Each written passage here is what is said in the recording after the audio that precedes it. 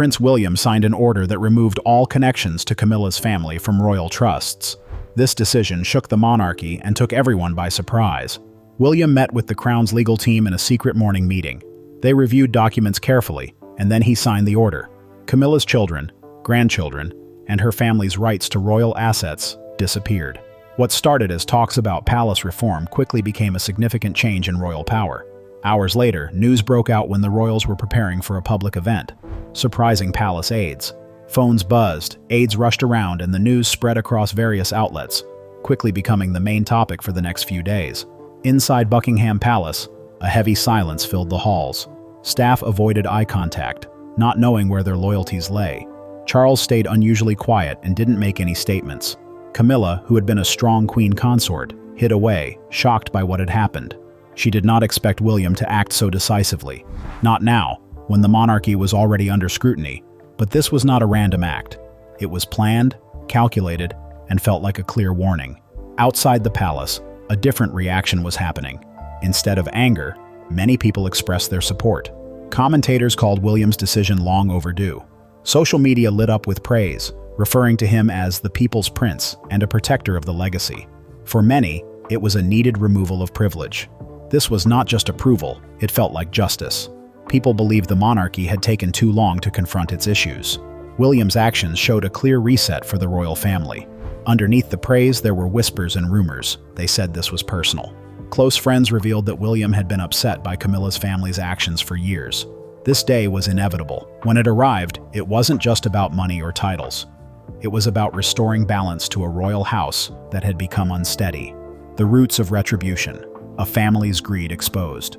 This was more than just cleaning up royal affairs. It was a revenge rooted in a betrayal that William could never forget. They were told to keep quiet and stay hidden.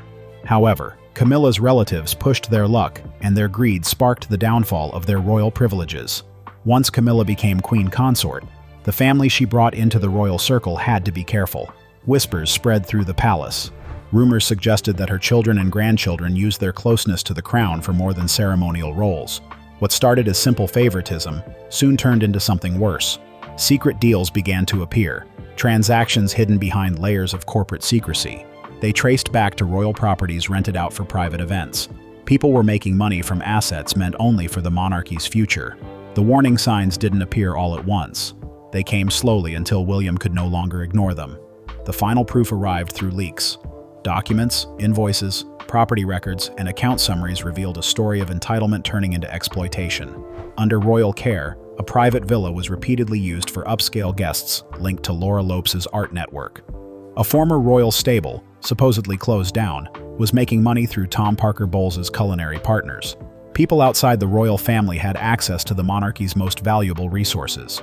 The most troubling fact was the broken agreement made during Charles's coronation. The silent promise that Camilla's family would not interfere with royal wealth had been completely violated. William needed help to act. He called Princess Anne and the royal financial steward for a series of tense, private meetings, and what they found confirmed his worst fears. For years, mistakes had been ignored as mere clerical errors.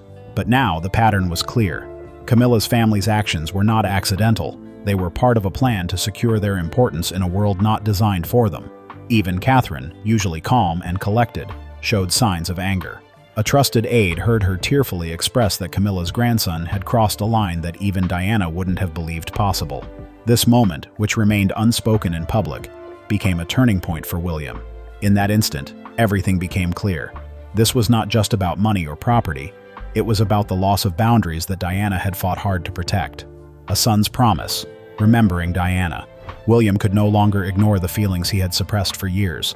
His mother, who had been treated poorly, feared that Camilla's influence would harm the royal family. Now that fear had come true. Trust was broken, not just with the monarchy's money, but also with the memory of the woman who gave him everything. This situation wasn't just about money, but legacy, honor, and a son defending his mother's memory. With every step William took, he felt Diana's presence, reminding him of the truth he had hidden for so long. This wasn't about justice, it was personal. The halls of Kensington Palace echoed with Diana's absence for William. Every royal event, photograph, and decision reminded him of the woman who once stood alone in that gilded space, silently fighting for her sons. Many saw Diana's last years as tragic, but William remembered them differently. He noticed the isolation, the manipulation, and the looks from staff that made her feel unwelcome. He saw her tears hidden from the cameras, tears caused by wounds that no crown could heal. When she was gone, it wasn't just a mother that was taken. It was also truth, clarity, and the protection she offered from the harsh reality of the monarchy. Now, decades later, that harsh reality had embraced the family she feared the most. Camilla's rise was one issue, but William couldn't deal with the show of privilege that followed her. With no royal blood, her children, grandchildren, and relatives are now shared in the monarchy's legacy. William felt his mother's memory fading with every lavish event and exclusive access. While Camilla's family celebrated their status, Diana's name was being pushed aside. There were no statues, no committee to honor her, and no place at the high table, just emptiness. In a moment of vulnerability, William confided in Princess Anne. In a quiet room away from others, he broke down. He shared his fear that Diana's legacy would be rewritten by the same woman who had once competed with her.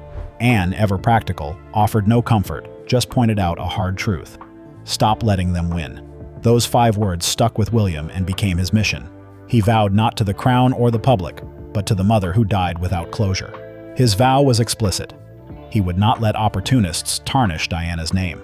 Her memory would not be used to elevate a family that had never accepted her. By acting now, at a crucial moment in the monarchy's transformation, William knew the timing was significant. With the public watching and their trust shifting toward him and Catherine, his decision would feel like retribution, not just a matter of administration.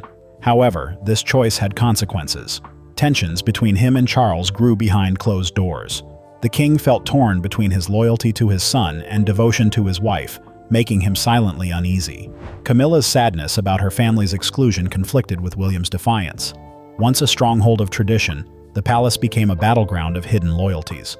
But even amid the chaos, William stood his ground. For him, this was not just a decision but the final step in his long promise to restore his mother's dignity. Camilla's fury unleashed, a desperate counterattack. William took control, leaving Camilla shocked and frustrated.